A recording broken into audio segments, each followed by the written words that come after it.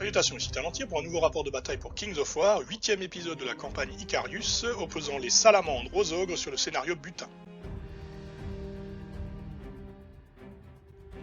Le petit texte introductif, je vous laisse mettre en pause si vous souhaitez le lire.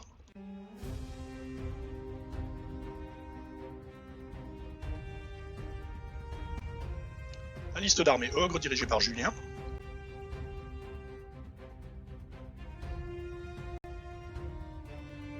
La liste d'armées salamandres dirigée par Hervé.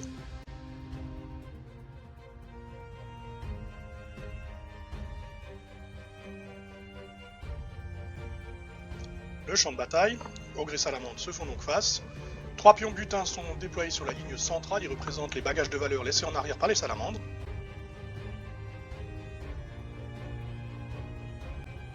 La droite ogre est composée des briseurs de siège, des guerriers, d'éclaireurs gobelins et d'un bout de feu sous le commandement d'une brute.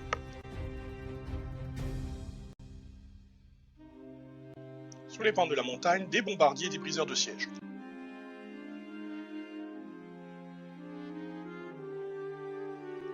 Et enfin, totalement à droite, cachés derrière les bois, des chasseurs.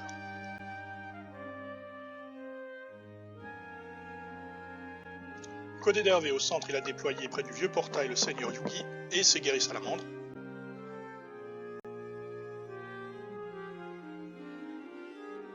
Sur sa droite, Trokota, le prêtre mage, encadré par les anciens et les lancés sur Kaizenor. À gauche enfin, Lokra, le capitaine sur Rhinosaur, assiste les tyrans.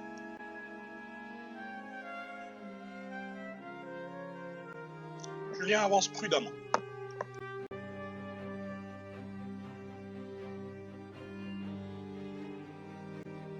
Hervé, quant à lui, fonce et essaye de rapidement chercher le contact. Ce sont finalement donc les salamandres qui prendront l'initiative de l'attaque. En faisant charger les anciens et les Kaizenor contre les briseurs de siège, la charge est cependant gênée par le cratère et ils ne parviennent donc qu'à ébranler les ogres qui malheureusement pour eux ont un calice de Kourou et donc pourront contrecharger. Pendant ce temps-là, de l'autre côté du cairn, le sergent bombardier fait quelques tirs sans gravité sur les guerriers salamandres mais se rapproche avec ses forces du butin.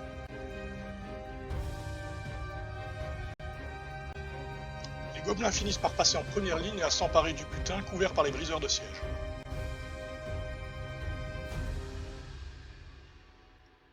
De l'autre côté du cairn, les autres briseurs de siège contrechargent les Kaizenor avec l'aide du bout de feu qui se fait exploser sur eux et du coup ça carbonise toute l'unité. Pendant ce temps-là, Lokra, le capitaine sur Rhinosaur, a échoué à dérouter les guerriers ogres qui reçoivent ensuite l'aide de la brute berserker. Le capitaine accuse le coup mais tient bon également.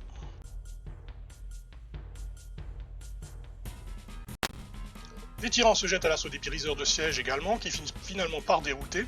Pendant ce temps, les anciens engagent les bombardiers et les ébranlent.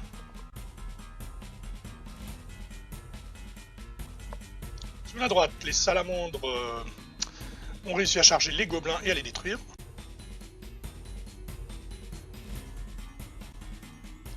Les bombardiers désengagent et le chaman et le sergent bombardier arrosent de tir les anciens, mais ces derniers sont trop costauds, ils tiennent sans problème.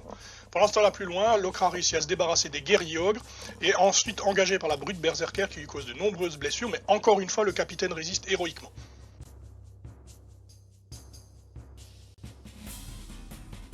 Sans surprise, le chaman ogre est taillé en pièces par les tyrans et les anciens achèvent de briser le moral des bombardiers.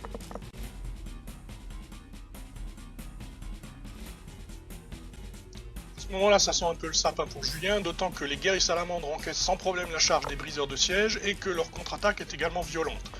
Les chasseurs qui devaient arriver en renfort ont entamé un contournement de rochers, ce qui leur fait complètement perdre du temps. Et donc du coup, on suppose qu'ils sont allés cueillir des champignons.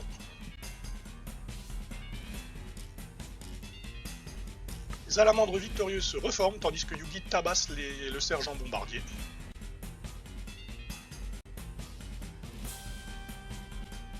Le duel entre Lokra et la brute est interrompu dans la violence quand les tyrans s'en mêlent et finissent par piétiner le berserker.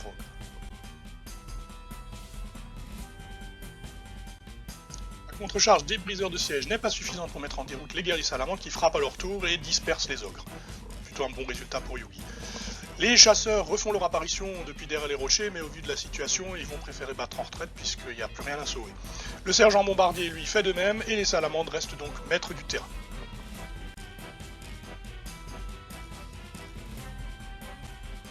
le texte de fin. Je vous laisse là aussi mettre en pause si vous voulez le lire. En tout cas, merci à Julien pour avoir participé à cette partie. Merci également à Hervé, et bravo pour sa victoire.